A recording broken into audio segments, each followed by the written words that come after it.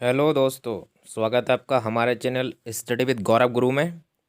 और ये आपका चैप्टर नंबर 2 होगा, जो विवेक सर की बुक है एग्जामपुर वाली, ग्रामीण विकास की। तो उसका चैप्टर नंबर 2 के आपकी थ्योरी आपको इससे पहले चैप्टर में कराई जा चुकी है। अब ये जो चैप्टर है इसके क्वेश्चन आंसर हैं, टॉप 80 क्वेश्चन आंसर हैं जो आपको कराए जाएंगे अब। ठीक है, ये बहुत मोस्ट इम्पोर्टेंट चैप्टर था। इसमें आपने देखा कृषि से संबंधित जो भी शब्दावलियाँ और क्रांतियाँ थीं वो आप पढ़ चुके हैं। अब इसके क्वेश्चन आंसर लगाएंगे तो बाकी का आपको इन क्वेश्चन आंसर में ही लर्न हो जाएगा। और बीच बीच में मैं कुछ फैक्ट भी बताते आपको चलूँगा। तो आइए स्टार्ट करते हैं अपना पहला क्वेश्चन आंसर। भारत में कितने प्रकार की फसलें ऋतुएं पाई जाती हैं? तो देखिए, भारत के अंदर बात करी जाए तो 3 प्रकार की फसल ऋतुएं पाई जाती हैं। एक तो आपको पता ही होगा, रबी की फसल होती है, और एक जो है आपकी खरीफ की होती है, और तीसरी जायद की होती है। तो इस तरह से 3 होती हैं। नेक्स्ट क्वेश्चन है क्वेश्चन नंबर 2, कौन सी फसल रबी की फसल नहीं है? तो गेहूँ, चना, मटर या फिर तरबूज। तो आप ध्यान दें, तरबूज तो जायद फसल है, और ये गेहूँ, चना, मटर, इस तरह की जो तीनों फसलें हैं वो आपकी रबी की फसलें हैं। और अगर रबी की फसलों की और बात की जाए तो कौन कौन सी फसलें हैं? रबी की फसल आप देखेंगे, रबी की फसलों के अंदर मटर भी आता है और सरसों भी आती है। ठीक है, और मसूर भी आती है। तो नेक्स्ट क्वेश्चन है क्वेश्चन नंबर 3, पंतनगर कृषि विश्वविद्यालय की स्थापना कब की गई? तो जो पंतनगर कृषि विश्वविद्यालय की जो स्थापना की गई है उसका आपका आंसर है 1960। तो 1960 के अंदर पंतनगर कृषि विश्वविद्यालय की स्थापना की गई है। आइए आगे चलते हैं। क्वेश्चन नंबर 4 है, हरित क्रांति नाम किसने दिया? देखिए, इंपॉर्टेंट क्वेश्चन है यहाँ पर। हरित क्रांति का नाम पूछा है, तो नाम जो था वो विलियम गॉड जो थे उन्होंने नाम दिया था। ठीक है, अगर भारत में पूछा जाए हरित क्रांति के जनक कौन है तो वो एम एस स्वामीनाथन है। और अगर वर्ल्ड में बात की जाए तो वो नॉर्मन बोरलॉग हैं। तो ध्यान रखिए, नाम किसने दिया है? वो विलियम गॉड ने दिया है। ऑप्शन नंबर सी सही हो जाएगा इसका। क्वेश्चन नंबर 5, भारत में हरित क्रांति का श्रेय किसे दिया जाता है? तो हरित क्रांति का श्रेय डॉक्टर एम एस स्वामीनाथन को दिया जाता है। ये आपकी 1966 या फिर 67 में जो है स्टार्ट हुई थी। ठीक है, तीसरी पंचवर्षीय योजना में हरित क्रांति। और सबसे ज़्यादा असर जो पड़ा इसका वो गेहूं और चावल पर पड़ा था। नेक्स्ट क्वेश्चन है क्वेश्चन नंबर 6, विश्व स्तर पर हरित क्रांति का श्रेय किसे जाता है? विश्व स्तर पर नॉर्मल जो है बोरलॉग को दिया जाता है, और नाम जो दिया था वो विलियम गॉड ने दिया था, और भारत के अंदर ये जो हैं वो डॉक्टर एम एस स्वामीनाथन को दिया जाता है।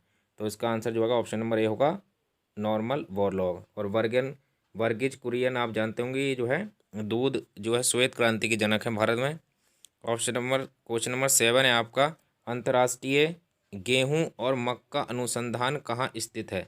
तो अंतर्राष्ट्रीय गेहूं और मक्का जो है वो आपका सिमेट एक जगह है मैक्सिको में, वहाँ पर स्थित है। तो ऑप्शन नंबर बी सही है। आगे बढ़ते हैं। क्वेश्चन नंबर 8 है आपका, श्वेत क्रांति किसके उत्पादन संबंधित है? तो वो दूध के उत्पादन से है। वर्गीज कुरियन जो हैं वो इसके जनक है, और ये 1970 के आसपास इसका स्टार्ट किया गया था। ये 3 फेस में चालू की गई थी। ठीक है, दूध ये श्वेत क्रांति 3 फेस में। तो पहला फेस था आपका 1970, ठीक है, और दूसरा फेस था इसका 1970 से 1980 के बीच पहला फेस था। दूसरा फेज जो था वो 1981 से 1985, और तीसरा फेज 1986 से 1996। तो ये 3 फेज आप याद रखने हैं। तो श्वेत क्रांति दूध उत्पादन से है। अगला क्वेश्चन है 9, ऑपरेशन फ्लड। ये भी जो आपका जो है श्वेत क्रांति संबंधी दूध उत्पादन से ही है। ठीक है, अगला क्वेश्चन है क्वेश्चन नंबर 10, ऑपरेशन फ्लड के सूत्रधार कौन थे? ये भी आपने पढ़ लिया, ये थे आपके वर्गीज कुरियन। नेक्स्ट क्वेश्चन है ऑप्शन नंबर जो है आप क्वेश्चन नंबर 11, ऑपरेशन फ्लड का तीसरे चरण का समय क्या रहा? तो मैंने आपको बताया कि तीसरा जो चरण था वो आपका 85 से 95 बीच रहा। जो पहला रहा था वो आपका लगभग रहा जी ये वाला, ऑप्शन नंबर ए 70 से 78 80 के बीच में पहला। ठीक है, और दूसरा जो रहा था वो आपका रहा था 81 से 86 के बीच का। ठीक है, और लास्ट वाला जो तीसरा रहा वो आपका ऑप्शन नंबर जो डी है वो सही है, 85 से 95 के बीच। तो ये 3 जो है चरण थे। नेक्स्ट क्वेश्चन है आपका 12, भारत में सर्वाधिक दूध उत्पादन में प्रथम राज्य है? तो वो आपका दूध उत्पादन में है अपना उत्तर प्रदेश। नेक्स्ट क्वेश्चन है, राष्ट्रीय डेयरी अनुसंधान कहाँ स्थित है? तो डेयरी अनुसंधान जो आपका स्थित है वो आपका करनाल जो है हरियाणा में है। 13 नंबर का आंसर आपका ए नंबर का ऑप्शन होगा, सी हरियाणा होगा इसका आंसर। पीली क्रांति किससे संबंधित है? तो देखिए पीली क्रांति जो है आपकी, वो आपकी तिलहन जो है उत्पादन से संबंधित है।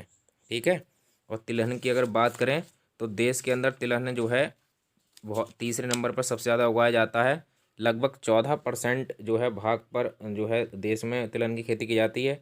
ठीक है, तिलहन के अंदर आपका जितने भी तेल वाली सूरजमुखी, सरसों, सोयाबीन, तिल, अरंडी आदि जो है फसलें उगाई जाती हैं। ठीक है, और ये जो है इसके अंदर सबसे ज़्यादा जो उत्पादन में है वो मध्य प्रदेश का प्रथम स्थान, पहले स्थान पर जो है वो एमपी है। ठीक है, तिलहन उत्पादन में।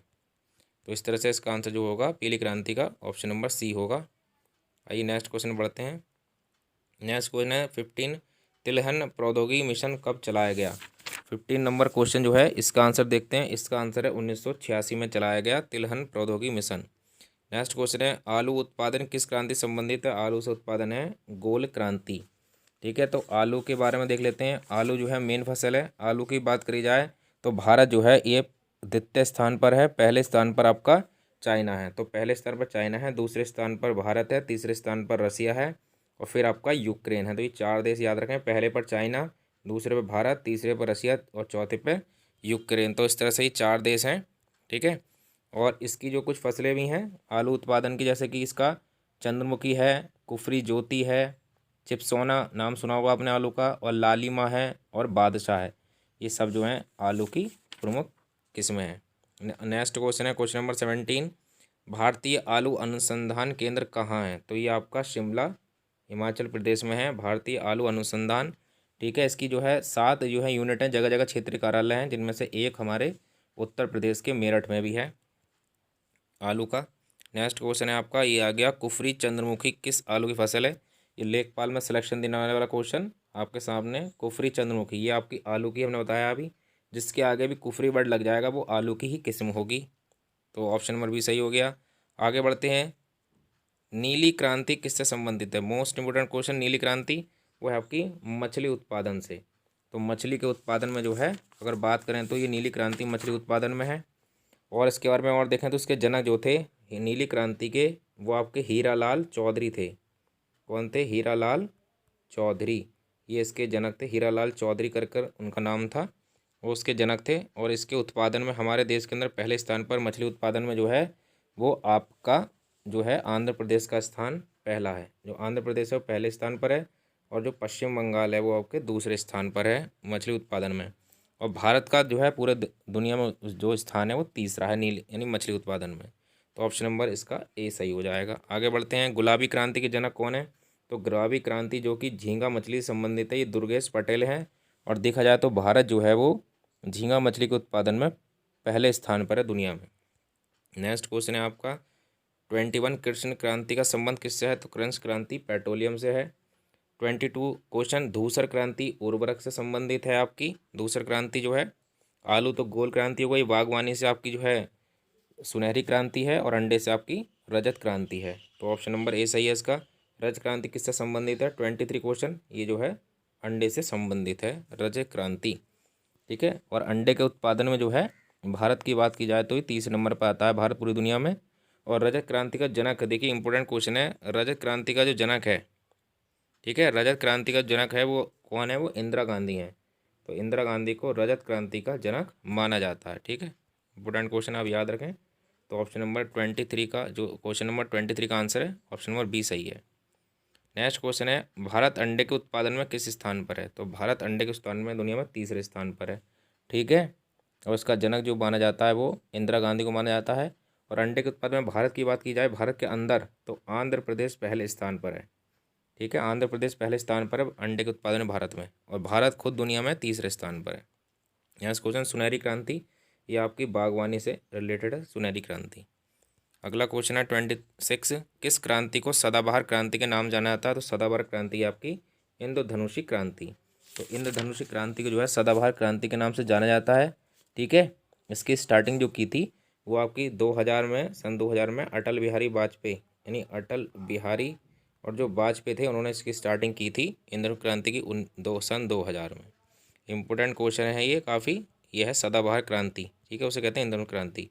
फिर क्वेश्चन नंबर आपका 27 है, कृषि में युग्म पैदावार का आशय क्या है? युग्म माने होता है जोड़ा, तो इसका मतलब है कि अगर ऑप्शन नंबर बी, एक वर्ष में दो या दो से अधिक फसल उगाना ही युग्म पैदावार कहलाता है। आइए नेक्स्ट क्वेश्चन में चलते हैं। 28, एक साथ एक भूमि पर दो या दो से अधिक फसल उगाना क्या कहलाता है? तो ये आपका कहलाता है, बताइए 28 का आंसर क्या कहलाएगा? इसका आंसर है आपका अंतः फसली कृषि। यानी कि आप जो है, आप जब एक साल में दो या दो से अधिक फसल उगाएंगे उसको अंतः फसली कृषि कहा जाता है। ऑप्शन में भी सही है। नेक्स्ट क्वेश्चन पे आते हैं। नेक्स्ट क्वेश्चन है आपका, भारत में कृषि को क्या समझा जाता है? तो देखिए, भारत में कृषि को क्या समझा जाता है, तो इम्पोर्टेंट क्वेश्चन है ये। इसको जीविकोपार्जन का जो है साधन समझा जाता है, मेनली कृषि को, जीवन को चलाने वाली। ठीक है। फिर है क्वेश्चन नंबर 30। क्वेश्चन नंबर 30, हरित क्रांति का प्रभाव किन किन फसलों पर पड़ा? तो हरित क्रांति सबसे ज़्यादा जो है वो गेहूँ और चावल पे पड़ा। ये चलाई गई थी 1966 और 67 के अंडर में। ठीक है, हरित क्रांति। तो इसको नाम दिया था ग्राहम रीड है उन्होंने। ठीक है। नेक्स्ट क्वेश्चन है आपका, हरित क्रांति का प्रभाव कहाँ पड़ा? तो हरित क्रांति का जो प्रभाव है वो देखा जाए तो पंजाब, उत्तर प्रदेश, हरियाणा में पड़ा था। तो ऑप्शन नंबर इसमें ए बी सही है। तो हरित क्रांति सबसे ज़्यादा पंजाब में पड़ा और गेहूं की फसल पर पड़ा। 32 क्वेश्चन है इसका आंसर, किस क्रांति में प्रत्यक्ष या अप्रत्यक्ष रूप से कृषि से संबंधित सभी क्रांतियों को सम्मिलित किया जाता है? तो सभी क्रांति को सम्मिलित किया जाता है वो इंद्रधनुष क्रांति में सम्मिलित किया जाता है। ऑप्शन नंबर डी सही है। 33 क्वेश्चन देख लेते हैं, नकदी फसल कौन सी नहीं है? नकदी फसल इसके अंदर गेहूं नहीं है, बाकी तीनों नकदी फसल हैं, कपास, गन्ना और तंबाकू। नेक्स्ट क्वेश्चन देखते हैं 34, उर्वरक के क्षेत्र में आत्मनिर्भरता के लिए उर्वरक उत्पादन हेतु क्रांति का क्या नाम है? तो उर्वरक क्रांति पूछ रहे हैं, तो ये जो है आपकी धूसर क्रांति है। धूसर क्रांति को ही उर्वरक क्रांति के नाम से जाना जाता है। ऑप्शन नंबर ये question number 35 most important question है, और ये मानिए कि एग्जाम में जो है रामबाण है ये। टिलेज पद्धति क्या है? तो टिलेज पद्धति होती है ऑप्शन नंबर ए, बिना जुताई किए एक साली कृषि करना। यानी खेत को बिना जोते ही एक साल तक खेती करना टिलेज पद्धति कहलाता है। ऑप्शन नंबर सही है। अगला क्वेश्चन बढ़ते हैं 36 क्वेश्चन, भारत में सर्वाधिक क्षेत्रफल पर किस फसल का उत्पादन किया जाता है? तो सर्वाधिक जो है उत्पादन किया जाता है भारत में गेहूँ, लगभग 24% भाग पर जो है आपका गेहूँ किया जाता है। ठीक है। और 18% भाग पर आपका किया जाता है धान। तो सबसे ज़्यादा जो कृषि है वो आपकी गेहूं की जाती है भारत में। गेहूं और धान के उत्पादन में भारत दोनों में ही नंबर दूसरे स्थान पर है दुनिया में। आइए नेक्स्ट क्वेश्चन, सफ़ेद सोना किस फसल को कहा जाता है? तो सफ़ेद सोना जो कहा जाता है वो कपास को कहा जाता है। नेक्स्ट क्वेश्चन है 38, भारत की फसल वर्ष कब से शुरू हुआ? तो फसल जो है वो स्टार्ट हुआ आपका 1 जुलाई से 30 जून तक फसली वर्ष कहलाता है भारत का। ऑप्शन नंबर भी सही है। देखिए क्वेश्चन बहुत हैं तो थोड़ा ज़रा स्पीड से चलते हैं। अगर आपको वीडियो पसंद आ रही हो तो ज़रूर लाइक करें, क्योंकि क्वेश्चन काफ़ी इंपॉर्टेंट है। ठीक है, तो आप जो है थोड़ा तेज़ी से करें, क्योंकि 80+ क्वेश्चन है तो वीडियो बहुत ही ज़्यादा लंबा हो जाएगा। 39 क्वेश्चन है, भारत का सबसे बड़ा गन्ना उत्पादक राज्य है? तो गन्ना उत्पादक में उत्तर प्रदेश पहले स्थान पर है। फिर है आपका 40 क्वेश्चन, एकल सस्यन किसे कहा जाता है? तो इसका मतलब है एक वर्ष में केवल एक ही फसल करना एकल सस्यन कहलाता है। अगला क्वेश्चन नेक्स्ट, खरीफ ऋतु की फसलें हैं? तो खरीफ में आपका जी आता है ज्वार, बाजरा और ढैंचा। इसके साथ आपके चावल जो है, धान भी जो है, कपास है, मूंगफली, ये सब जो है, और चना, मक्का, ये सब जो है आप मक्का जो है आपके सब खरीफ की फसलें हैं। ये जो है आपकी रबी की फसलें हैं, चना, मटर, मसूर, आलू, सरसों, फूलगोभी, ये सब आपकी रबी की फसलें हैं। तो ऑप्शन नंबर बी सही हो जाएगा इसमें, ज्वार, बाजरा और ढैंचा। नेक्स्ट क्वेश्चन है आपका, धान के लिए सर्वाधिक उपजाऊ भूमि कौन सी है? तो धान के लिए आपकी सबसे ज़्यादा इम्पोर्टेंट है। ठीक है, कौन सी है वो? आपको दोमट मिट्टी होती है धान के लिए, और धान की में ही जो है मीथेन गैस जो होती है CH4 वो निकलती है। भी क्वेश्चन अभी पूछा गया है ARO वाले एग्जाम में। ठीक है, 15 की शाम वाली शिफ्ट में। नेक्स्ट क्वेश्चन है, सरसों उत्पादन में उत्तर प्रदेश का कौन सा स्थान है? सरसों के उत्पादन में, ठीक है, इसका स्थान दूसरा है सरसों उत्पादन में। फिर है क्वेश्चन नंबर अगला, चना का सर्वाधिक उत्पादन कहाँ होता है? तो चना का उत्पादन जो होता है वो आपका होता है आपका हमीरपुर में। तो हमीरपुर में सबसे ज़्यादा चने का उत्पादन होता है। नेक्स्ट क्वेश्चन है, उत्तर प्रदेश में गेहूं का सर्वाधिक उत्पादन किस जिले में होता है? तो ये होता है आपके गोरखपुर में। गोरखपुर में सबसे ज़्यादा गेहूं का उत्पादन होता है पूरे यूपी में। नेक्स्ट क्वेश्चन है, गेहूं में प्रोटीन का प्रतिशत कितना होता है? ये लोअर PCS के एग्जाम में आया हुआ क्वेश्चन है। तो इसमें 12% जो है गेहूं में प्रोटीन का प्रतिशत होता है। नेक्स्ट क्वेश्चन है 48, निम्न में कौन एक रबी की फसल नहीं है? तो रबी की फसल गेहूं भी है, जौ भी है और मसूर भी है। तो इसके अंदर मूंग की फसल जो है वो नहीं है। मूंग की फसल जो है आपकी, ये आपकी खरीफ की फसल है। नेक्स्ट क्वेश्चन है 48, निम्नलिखित में से कौन सी नदी उत्तर प्रदेश में बीहड़ों का निर्माण करती है? तो बीहड़ों का निर्माण जो करती है, वैसे ऑप्शन में अगर होता चंबल तो ठीक रहता, लेकिन यहाँ पर यमुना है, तो इसका आंसर यमुना होगा। 49 है, तेज हवा की गति कितनी होती है? तो तेज हवा की गति जो मानी जाती है वो 30 माइल प्रति घंटा होती है। नेक्स्ट क्वेश्चन है, मिट्टी का सर्वाधिक कटाव किस प्रकार की मिट्टी में होता है? तो वो जो होता है वो आपका बलुई मिट्टी में होता है। सबसे ज़्यादा कटती है, ये रेतीली थोड़ी होती है, इसलिए जल्दी बह जाती है। नेक्स्ट क्वेश्चन है आपका, उत्तर प्रदेश के किस प्रकार की मिट्टी सबसे ज़्यादा पाई जाती है उत्तर प्रदेश में? तो उत्तर प्रदेश में सबसे ज़्यादा लगभग जलोढ़ मिट्टी पाई जाती है, और पूरे भारत में जो है ये मिट्टी सबसे ज़्यादा वैसे भी पाई जाती है। नेक्स्ट क्वेश्चन है आपका, किस किस कृषि जलवायु में खरीफ फसलों का उत्पादन किया गया है? तो कहाँ किया गया है? तो देख लीजिए इसमें। तो इसके अंदर उत्तर पूर्वी मैदान में भी किया जाता है खरीफ की फसलों का, और पूर्वी के जो मैदान है वहाँ पर भी खरीफ का फसल किया जाता है। तो ऑप्शन नंबर डी सही हो जाएगा, ए और बी। आगे बढ़ते हैं 53 क्वेश्चन में, उत्तर प्रदेश में कृषि की जलवायु के आधार पर उत्तर प्रदेश को कितने भागों में विभाजित किया गया है? मोस्ट इम्पोर्टेंट क्वेश्चन है। 9 जो है कृषि जो है जलवायु क्षेत्र के आधार पर उत्तर प्रदेश को बांटा गया है। मोस्ट इम्पोर्टेंट क्वेश्चन 9 भागों में। फिर है, वार्षिक क्रम और वर्षांतर फसल उगाने की व्यवस्था को क्या कहते हैं? यानी कि वार्षिक क्रम के हिसाब से और वर्ष में अंतर के हिसाब से फसल उगाने की विधि क्या कहलाती है? वो फसल रोपण अनुक्रम कहलाती है। इंपॉर्टेंट क्वेश्चन है, फसल रोपण अनुक्रम। आगे बढ़ते हैं। नेक्स्ट क्वेश्चन है आपका 55, राज्य कृषि उत्पादन मंडी परिषद की स्थापना किस वर्ष की गई? तो ये आपकी की गई थी, क्वेश्चन नंबर आपका ये है 55। तो 55 का आंसर जो है वो आपका है ऑप्शन नंबर बी, यानी कि 1973 में की गई थी राज्य कृषि उत्पादन मंडी परिषद की स्थापना। आगे बढ़ते हैं, कुल खेती क्षेत्र से क्या तात्पर्य है? तो कुल खेती का मतलब है वर्ष में शुद्ध खेती किया गया क्षेत्र प्लस वह क्षेत्र जिसमें एक से अधिक जो है आपकी बार से कृषि अधिक की गई हो खेती। तो इसको कुल का मतलब है शुद्ध किया गया कृषि क्षेत्र और वह क्षेत्र जिसमें एक बार से अधिक खेती की गई हो। तो 56 का आंसर आपका ऑप्शन नंबर सी सही है। आगे बढ़ते हैं, नेक्स्ट क्वेश्चन पर आते हैं। उत्तर प्रदेश में सर्वप्रथम कृषि विभाग की स्थापना किस वर्ष की गई थी? तो उत्तर प्रदेश के अंदर कृषि विभाग की जो स्थापना है वो आपकी 1875 में की गई थी। इंपॉर्टेंट क्वेश्चन है बहुत ज़्यादा। 50 क्वेश्चन है, उत्तर प्रदेश में औसत भूमि का आकार कितना हेक्टेयर है?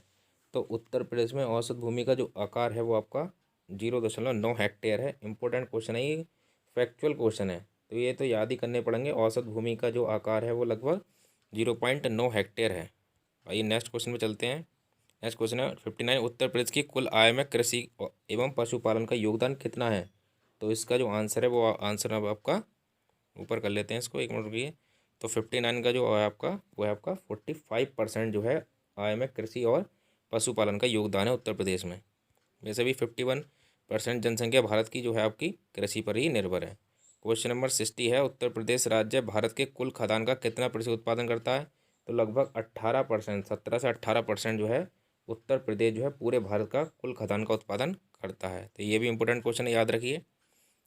दोस्तों अगर वीडियो आपको अच्छी लग रही हो तो आप जो है इसको लाइक करें और अपने दोस्तों में भी जो है शेयर करवाएं और चैनल को सब्सक्राइब करें। तो नेक्स्ट क्वेश्चन है 61, उत्तर प्रदेश के किस जिले में संतरे का उत्पादन सबसे अधिक किया जाता है? तो संतरे का उत्पादन देखिए सबसे ज़्यादा किया जाता है वो आपका सहारनपुर में किया जाता है।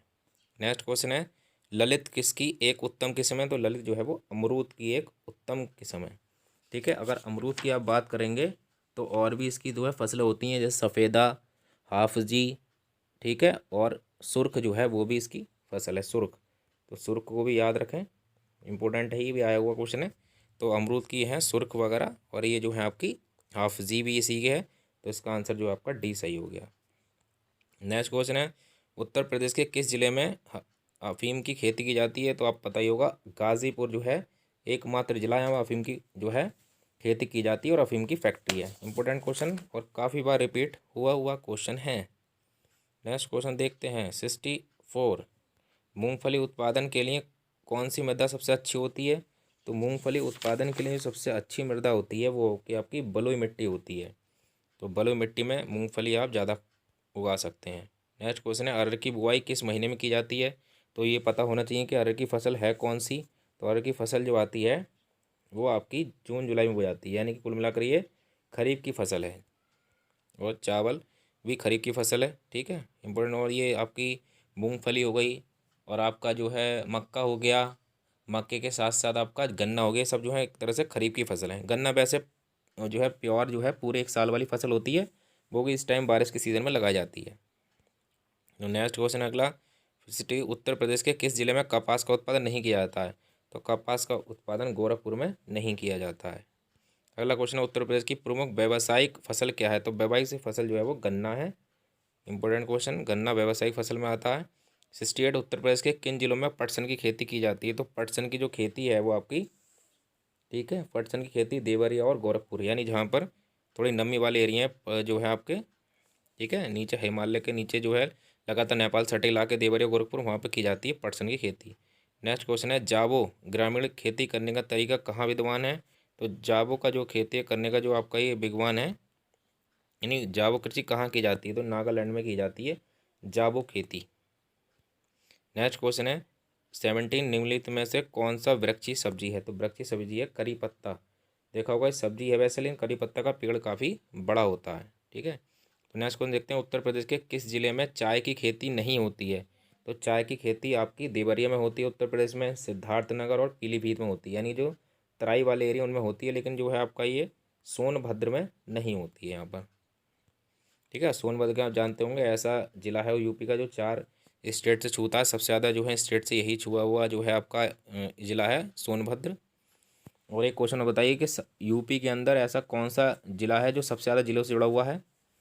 तो देखेंगे आप, वो है आपका हरदोई, ठीक है। नए डेटा के अनुसार हरदोई जो है सबसे ज़्यादा सीमाओं को छूता है, तो उसे भी याद रखिए। नेक्स्ट क्वेश्चन है, 72 केसर के पौधे का कौन सा भाग उपयोग में लाया जाता है? तो ये वर्ती काग्र जो है ये भाग उपयोग में लाया जाता है, ठीक है। 73 क्वेश्चन पे आते हैं। 73 क्वेश्चन है, पूसा रूबी किसकी उन्नत किस्म है? तो पूसा रूबी टमाटर की जो है उन्नत किस्म है। इंपॉर्टेंट क्वेश्चन है, टमाटर में पूसा रूबी। नेक्स्ट क्वेश्चन, लहसुन की तीव्र गंध का कारण? तो लहसुन की तीव्र गंध वो जो है आपका गंधक जो सल्फर यौगिक होता है उसके कारण इसकी तीव्र गंध आती है, और यही जो है वो आपकी प्याज में भी आती है। नेक्स्ट क्वेश्चन है, उत्तर प्रदेश में आलू अनुसंधान केंद्र की स्थापना कहाँ की गई है? वो आपकी मेरठ के अंदर है, उत्तर प्रदेश में आलू अनुसंधान केंद्र। देख लिए, और भी थोड़े अनुसंधान केंद्र देख लें आप, जैसे कि भारतीय गन्ना अनुसंधान संस्थान जो है वो लखनऊ में है, ठीक है। और इसी तरह से पान अनुसंधान जो संस्थान है वो महोबा में है, पान वाला महोबा के अंदर है। और राष्ट्रीय जैव उर्वरक विकास संस्थान जो है वो गाजियाबाद में है। इसी तरह से उत्तर प्रदेश गन्ना शोध परिषद, और गन्ना शोध परिषद आता है तो आप शाहजहाँपुर में लगा कर आएंगे। और रेशम का जो अनुसंधान है वो आपका गोंडा और सोनभद्र और औरैया में है। तो इस तरह से इसका 75 का जो आंसर है फिलहाल वो आपका ऑप्शन नंबर बी सही हो गया। नेक्स्ट क्वेश्चन देखते हैं 76, यहाँ वाला, कच्चे फलों को पकाने के लिए कौन सी गैस? तो वो एथीन गैस यूज़ में ली जाती है। नेक्स्ट क्वेश्चन है, उत्तर प्रदेश में महिलाबाद किस लिए प्रसिद्ध है? तो महिलाबाद आपको दशहरी आम के लिए प्रसिद्ध है, ठीक है। महिलाबाद जो आम है उसके लिए प्रसिद्ध है ये, इलाहाबाद लखनऊ का एरिया। और नेक्स्ट क्वेश्चन है आपका 78, तो निम्नलिखित में से कौन सा अम्लीय धरती पर सफलता से उगाया जा सकता है? तो वो आपका तरबूज जो है वो जो जायद फसल है वो आराम से उगाया जा सकता है। 79 है, आंवले का सर्वाधिक उत्पादन कहाँ होता है? तो आंवले का सर्वाधिक उत्पादन प्रतापगढ़ में होता है। और आपका ये लास्ट क्वेश्चन है दोस्तों, गूटी का प्रयोग आमतौर पर किसके संवर्धन के लिए किया जाता है? तो गूटी जो है ये आपका लीची के लिए किया जाता है। गूटी शब्द का जो बतौर जो आमतौर पर ये संवर्धन के बढ़ाने के लिए किया जाता है लीची के लिए। तो इस तरह से दो आपने जो है 80 के आसपास क्वेश्चन करे हैं, ठीक है। और इम्पोर्टेंट क्वेश्चन है दोस्तों, अगर आपको वीडियो अच्छी लगी तो आप लाइक करें और चैनल को सब्सक्राइब करें। तो thanks for watching our video.